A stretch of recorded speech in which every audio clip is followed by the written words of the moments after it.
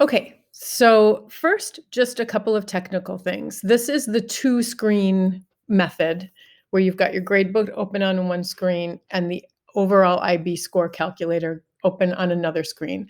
This could be your laptop and your iPad, or it could be two different laptops if you are so lucky, or it can be a split screen. I'm just using a Chrome extension called Dualis, which allows me to split and merge windows, and it lets you decide which proportion of the screen you want each window to hold. So it's a quick and easy way to do this. All right, so a couple technical things. Watch the first video to make sure that you've got your gradebook view set up correctly and that you can look at one criterion at a time in this window, and then a couple of notes about the logistics of this overall IB score calculator. There's a column for each of the four criterion, and then there's a formula built in that will average these four numbers and round down. That's the formula that IB uses to calculate the overall score for the course.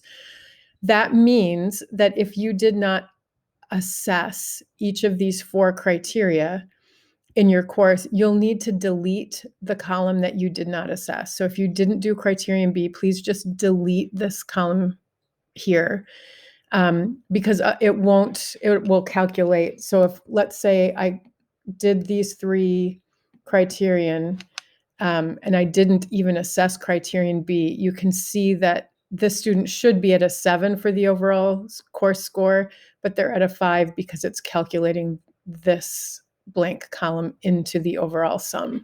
So you want to just take that out if you didn't assess it. Now, if this student hadn't turned anything in for criterion B, then that we would need to,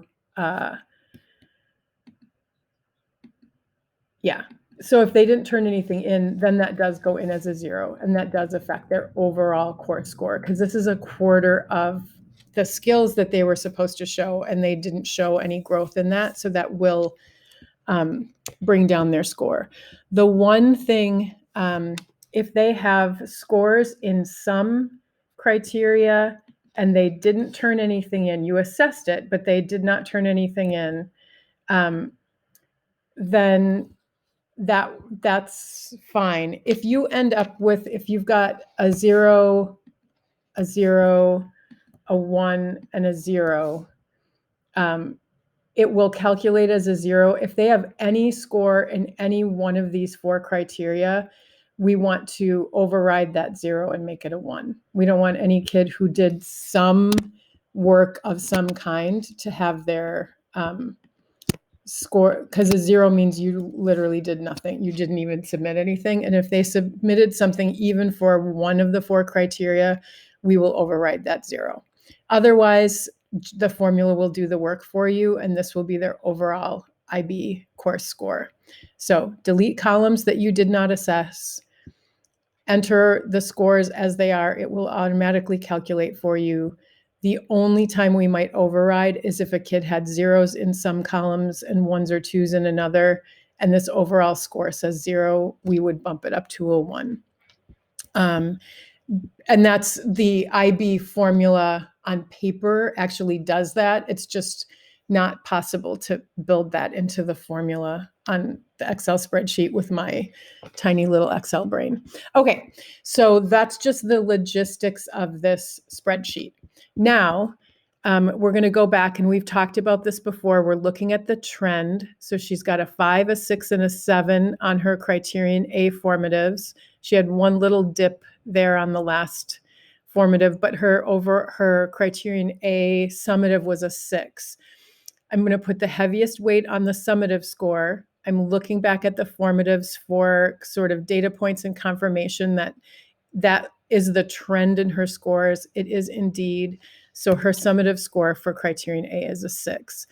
Now I can either go down and do the next student and put in the scores for this next student for criterion A, or I could do a quick flip to criterion B, while I'm still looking at this first student, she's still in my head, and I'm going to go across and do her C and her D, her B, C, and D, and then go down to the next student and go across. So you can decide if you want to do all of criterion A first, then all of criterion B, or if you want to go kid by kid. It's a few more clicks to go student by student, but the advantage is you've got that kid in your head and you're thinking holistically of their scores across the 4 criteria. It's up to you which way you do that. But you're going to go through and put in numbers for all of the criterion. You can put in a 0 if they did not turn in a summative and there's not enough data on their formatives to give them any kind of a score. And then you've got your spreadsheet filled out.